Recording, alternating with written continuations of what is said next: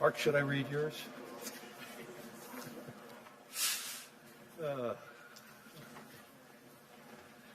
Hi, everyone. It's a great honor for me to introduce Mark Carney, Prime Minister of Canada, along with Gideon Rockman from the Financial Times. Much of the dialogue over the next few days will focus on where the puck is going. You like that, Mark? Okay. Where the puck is going next in the global economy, which makes this a fitting moment to introduce a former hockey player, the Prime Minister of Canada, Mark Carney. The ability to remain calm in fast-moving, high-pressure moments has defined Mark's career. In 2008, he led the Bank of Canada and helped steer his economy through the worst market turmoil in all our lives, in our generation. In the aftermath of Brexit, he became the first non-Brit to serve as a governor of the Bank of England. And last year, he was elected very deservingly as Prime Minister for Canada at what may be one of the most pivotal moments in modern Canadian history. Today, Prime Minister Carney is focused on making Canada a place where it's easier to build, simpler to trade, smarter to invest in, and build more unity across its nation. For 41 million Canadians, the world's 10th largest economy, he is a steady and thoughtful leader, and I am proud to call him a friend. Please join me in welcoming Prime Minister of Canada, Mark Carney.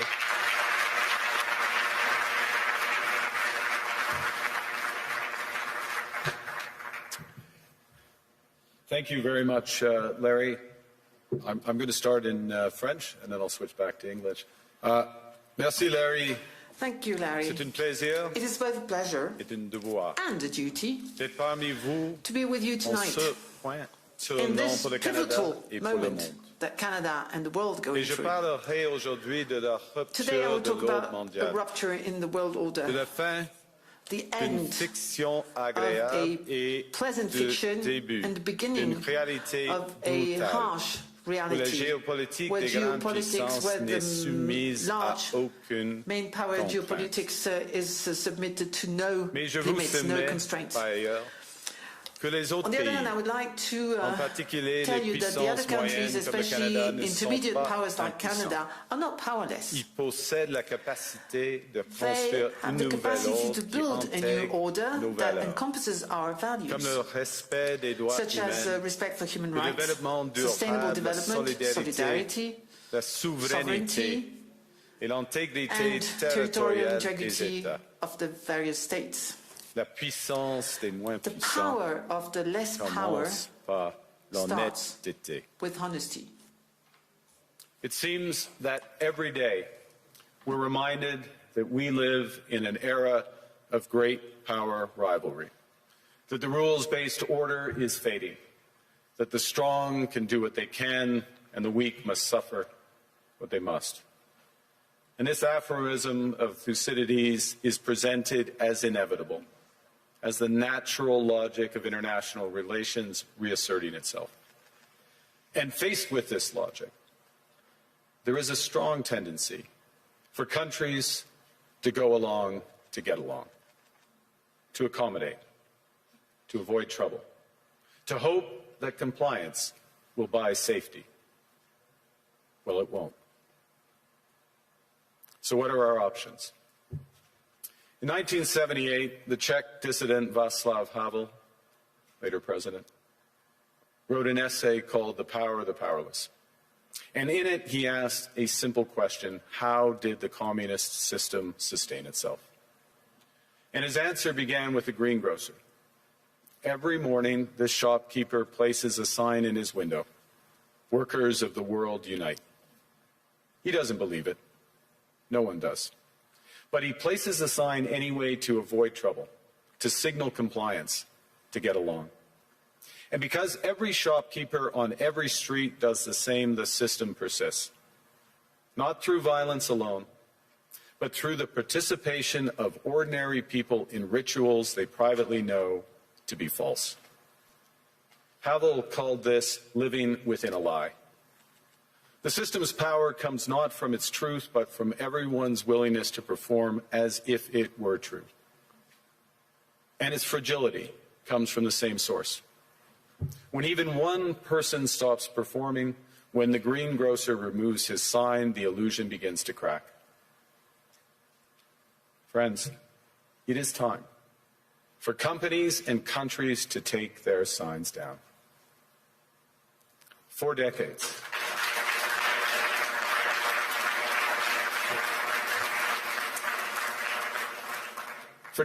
countries like Canada prospered under what we called the rules-based international order. We joined its institutions, we praised its principles, we benefited from its predictability. And because of that, we could pursue values-based foreign policies under its protection. We knew the story of the international rules-based order was partially false, that the strongest would exempt themselves when convenient, that trade rules were enforced asymmetrically. And we knew that international law applied with varying rigor depending on the identity of the accused or the victim.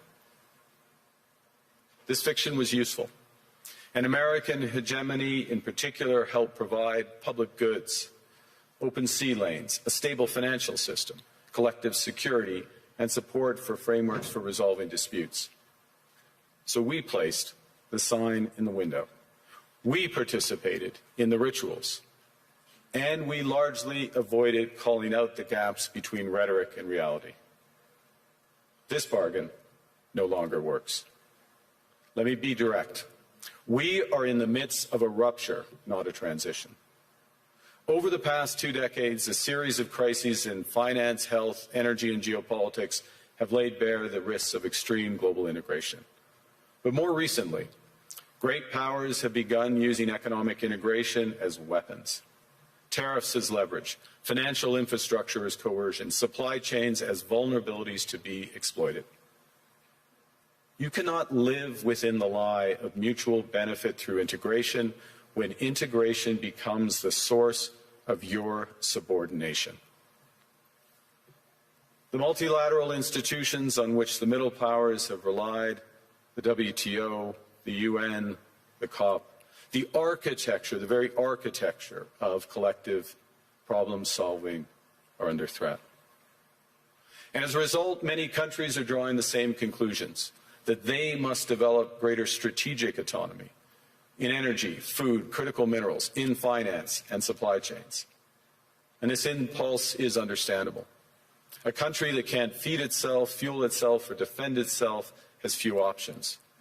When the rules no longer protect you, you must protect yourself. But let's be clear-eyed about where this leads. A world of fortresses will be poorer, more fragile, and less sustainable. And there's another truth.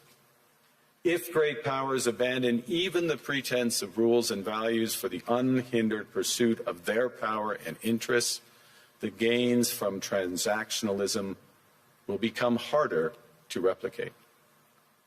Hegemons cannot continually monetize their relationships. Allies will diversify to hedge against uncertainty. They'll buy insurance, increase options in order to rebuild sovereignty. Sovereignty that was once grounded in rules but will increasingly be anchored in the ability to withstand pressure. This room knows this is classic risk management. Risk management comes at a price. But that cost of strategic autonomy, of sovereignty, can also be shared. Collective investments in resilience are cheaper than everyone building their own fortresses. Shared standards reduce fragmentations. Complementarities are positive sum. And the question for middle powers like Canada is not whether to adapt to the new reality. We must. The question is whether we adapt by simply building higher walls or whether we can do something more ambitious.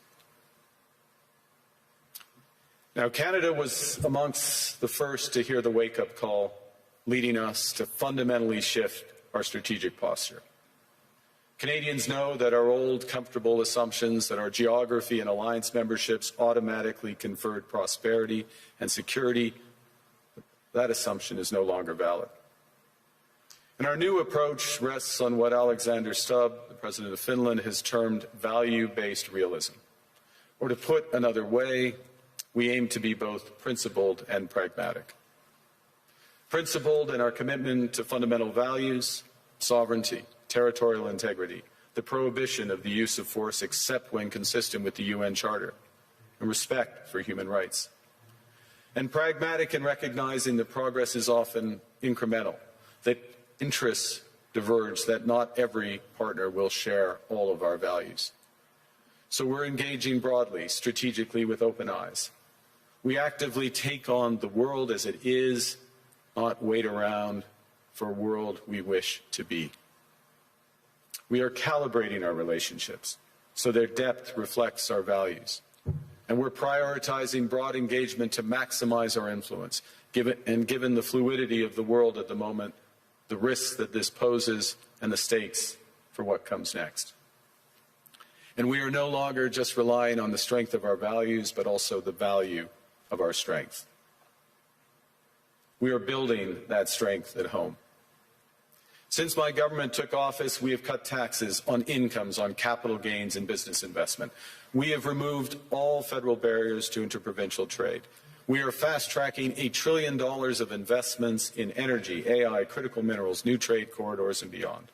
We're doubling our defense spending by the end of this decade, and we're doing so in ways that build our domestic industries. And we are rapidly diversifying abroad. We've agreed a comprehensive strategic partnership with the EU, including joining SAFE, the European Defence Procurement Arrangements. We have signed 12 other trade and security deals on 4 continents in 6 months. The past few days, we've concluded new strategic partnerships with China and Qatar. We're negotiating free trade pacts with India, ASEAN, Thailand, Philippines, and Mercosur. We're doing something else. To help solve global problems, we're pursuing variable geometry. In other words, different coalitions for different issues based on common values and interests. So on Ukraine, we're a core member of the Coalition of the Willing and one of the largest per capita contributors to its defense and security. On Arctic sovereignty, we stand firmly with Greenland and Denmark and fully support their unique right to determine Greenland's future.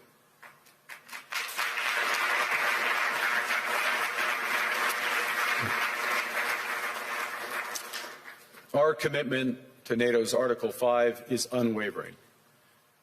So we're working with our NATO allies, including the Nordic-Baltic 8, to further secure the alliance's northern and western flanks, including through Canada's unprecedented investments in over-the-horizon radar, in submarines, in aircraft, and boots on the ground, boots on the ice.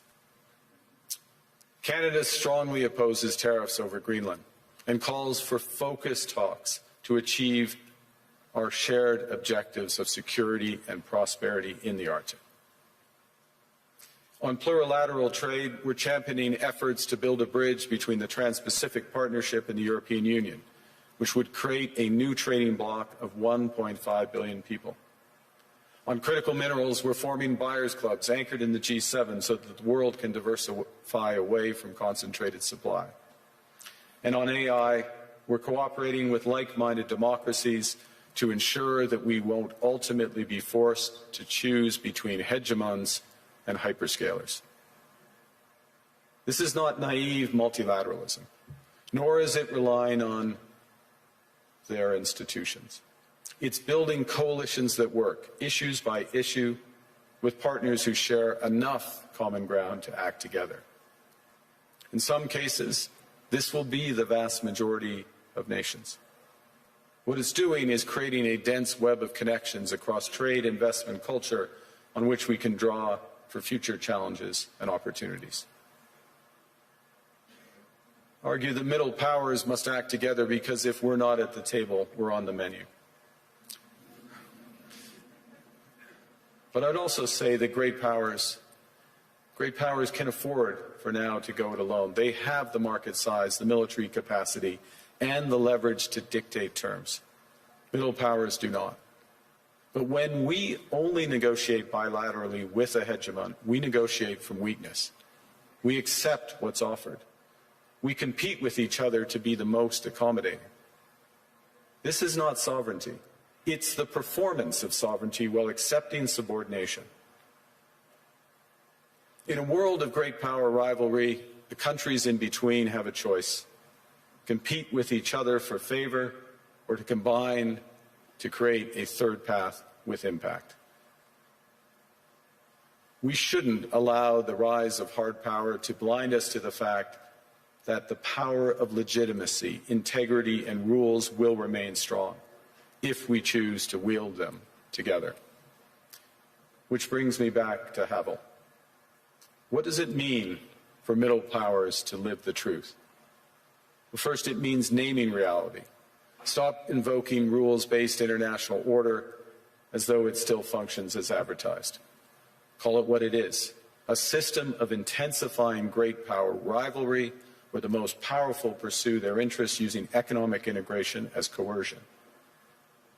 It means acting consistently, applying the same standards to allies and rivals.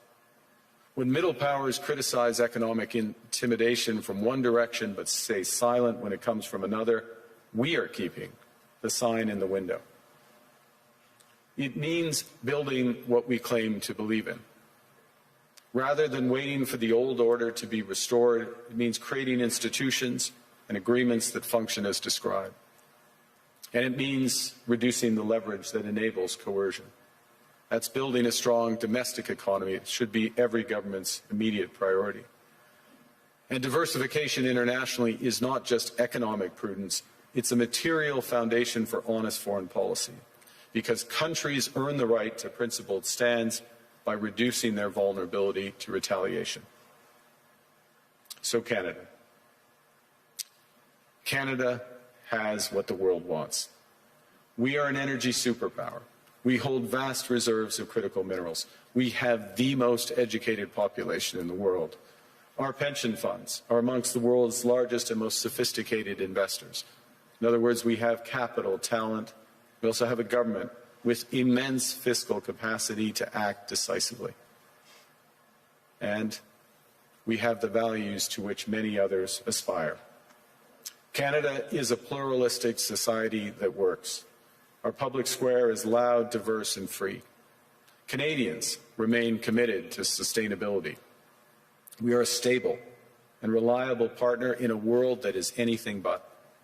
A partner that builds and values relationships for the long term. And we have something else.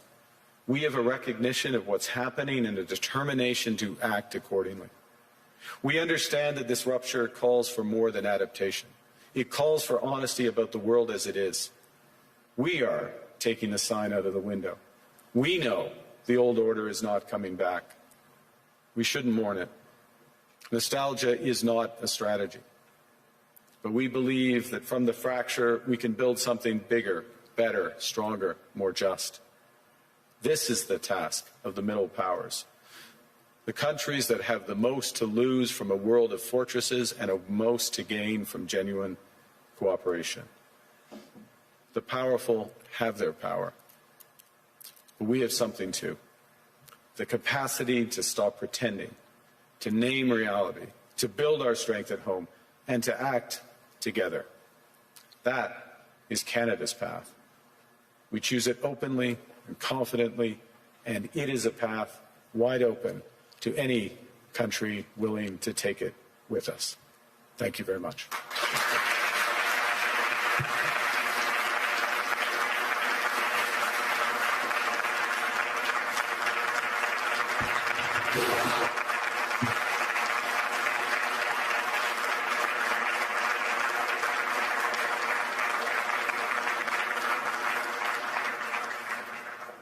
Well, thank you, Prime Minister. I don't think I've seen many standing ovations at Davos, so that was interesting. You said, there was a phrase in your speech where you said sovereignty now is the ability to withstand pressure. Isn't Canada almost uniquely vulnerable to pressure because of the extent of your trade dependence on the United States? Well, the proof is that we have been able to withstand the pressure, and there has been considerable pressure. I'll give you a couple of facts. We've actually created more jobs since the tariffs were put on than the United States in absolute number. Economy is growing at the second fastest rate within the G7.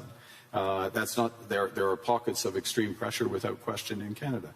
But headline, we're reacting. The second thing, and it's a fundamental point, is the recognition that we can give ourselves far more than any foreign country can take away. There's lots of efficiencies in having one Canadian market, the $1 trillion of domestic investment, and building these partnerships abroad, all of which are bigger returns than what's been lost. That's not to say we would rather not lose it, but we can withstand the pressure, and we are. And I was interested that you said basically the old world's not coming back. So you're not seeing this as a period where you just have to get through and normalcy will return. I think that is our view, and we regret it, but we're not going to sit around and mourn it. We're acting, and we're acting in a way both that's in our interests, but we believe in a way with others that's building imperfectly in steps a new system. I'll give you one example and hand back, which is we are members of trade agreements that comprise already 1.4 billion people around the world. So we have the most extensive network. We are trying with others to bring some of those networks together. The most prominent example is the Trans-Pacific Partnership in the EU, acting as a bridge. It's not a direct benefit for Canada, but it is a benefit for Canada that these groups come together. Ngozi is here, consistent with the WTO rules, both of which are. And in that way, we're building back out amongst willing partners. And you talked about the need not to put the sign in the window anymore, to pretend that things are still the same. Do you think, to put it directly, that the NATO alliance is still doing that, still pretending it's the old transatlantic partnership, when it's really kind of going? Well, I think clearly NATO is experiencing a test right now, and the first response to that test has to be to respond in a way that ensures the security of the Arctic in a robust way for all possibilities. This is actually a point that we have been making in recent years. It's a point that I made at the NATO summit back in June, which seemed like a pledging summit, but also was to get NATO policies in the right direction. So I think in the immediate term, one of the imperatives is to reinforce things that Canada is doing, Nordic Baltic 8 are doing, the UK are doing, other NATO partners, France included, in a comprehensive way that provides much greater security in the Arctic. This is the test, and so I wouldn't say the NATO sign stays in the window, but we've got to meet the moment of that. You also, a big theme of your speech was the need for middle powers to work together. Yeah. But you've just been to the other great power, to China.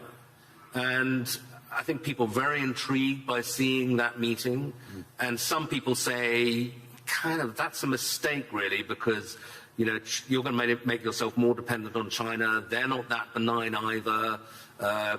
The US will be very annoyed. What's the defense of what you're doing, and what do you have to get out of it? Well, the first thing is to say it's not a defense. It's building out. It's something positive as opposed to against. We're for something as opposed to being against. The second is, there are very clear guardrails in that relationship. I spoke of calibration of relationships in my remarks. That's what I mean by it. But within those clear guardrails are huge opportunities in energy, both clean and conventional, obviously in motor vehicles, in agriculture, in financial services, all of which is mutually beneficial. So it's additive. And look, it's the second largest economy, and it's our second largest trading partner. We should have a strategic partnership with them. Within those guardrails, and that's what we've achieved. And it is an interesting reversal, though, because I think certainly during the Biden administration, there was this sense that the Western world was trying to decouple from China, or de-risk at least, yeah.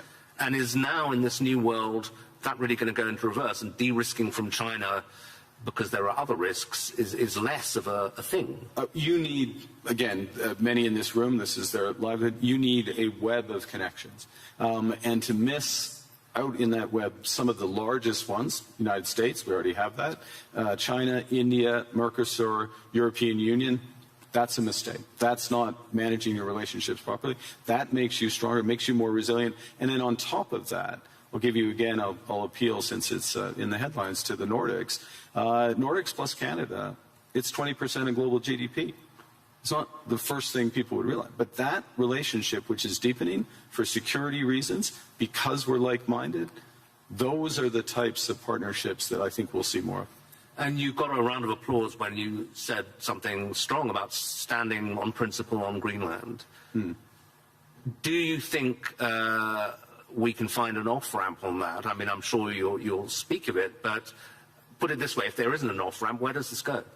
I strongly believe that there's a better outcome that come from the discussions that have been catalyzed in an unusual way, admittedly, but and we absolutely stand by the principles that I referenced. That solution starts with security, and a security, yes, of Greenland, but more broadly of the Arctic. Canada is foursquare contributing to that. We're at the start of a major ramp up above and beyond, so we'll be a major contributor to that. NATO has to deliver on that. We're working intensively in order to do it. As well, prosperity for the people of Greenland. I mean, in the end, it comes back to the people there, and there are opportunities to do that in ways that would strengthen all of the alliance. And when President Trump says, oh, you know, Greenland's under threat from Russia, even from China, is that for real? I would say that there are threats. Russia is without question a threat in the Arctic, without question. Russia does lots of horrible things, and will take the opportunity to condemn their unjustified and horrific assault on Ukraine, almost at its fourth year. They are a real threat in the Arctic, one against we need to protect, which is why we have 364 5-day air, sea, and land presence. It's why we're adding to our submarine fleet, adding to our air fighter fleet, why we're building out over-the-horizon radar to protect from Russian missile threats and others, and why we will work with our NATO partners. The threat is more prospective than actual at this stage in terms of actual activity in the Arctic, and we intend to keep it that way. Another big issue that's going to come up this week is this board of peace that President Trump is keen on. I'm not sure whether it's for Gaza or for the entire world, but apparently Canada's been invited. Are you going to join? We have been invited, and let me start by, I think we should recognize the progress that has been made in at least getting towards the end of the first phase of this process. And the activation, if I can put it that way, of the process to set up the Board of Peace is the start of phase 2. Our view is, and that's to be welcomed, and this is a positive vehicle. Our view is we need to work on the actual structure of the vehicle. You just referenced, is it for Gaza? Well, the UN resolution, Security Council Resolution 2803, references a Board of Peace for Gaza. That's where we see it becoming immediately operative, and it needs to be, in our view, it's better to be designed in that way for the immediate needs there. There are many other needs around the world, first point. Second point, it needs to coincide with the immediate full flow of humanitarian aid into Gaza. We are still not where we need to be. Conditions still are horrific, so that needs to come alongside. We think there's aspects of the governance and the decision-making process that could be improved, but we will work with others, obviously work with the United States, because we can to improve the situation, the horrific situation there, and to move onto a path to a true two-state solution. There's a suggestion you can get permanent membership of the Board of Peace by ponying up $1 billion. You going to write a check for that? We would write checks and deliver in kind to improve the welfare of the people of Palestine. But we want to see it delivered direct to those outcomes promoting peace, and so the mechanics and how it works that way. Okay, final question. President Trump and a lot of people who agree with him condemn globalism a lot. And I suspect, you would be the kind of epitome of a globalist. You worked for Goldman Sachs, I believe. You were a central banker. You're comfortable and lived in several countries. Is globalism, first of all, is it a thing, and is it over? I think, well, look, understanding how the world works, having an appreciation for other cultures, understanding the connections, and being able to, or at least appreciating ways that how we connect, whether it's through technology, trade, investment, culture, can enrich our lives, and that's a good thing, and also help solve problems. Being detached from where you live and the broader needs of society, there is an epithet for that. I don't know that the G word is the one.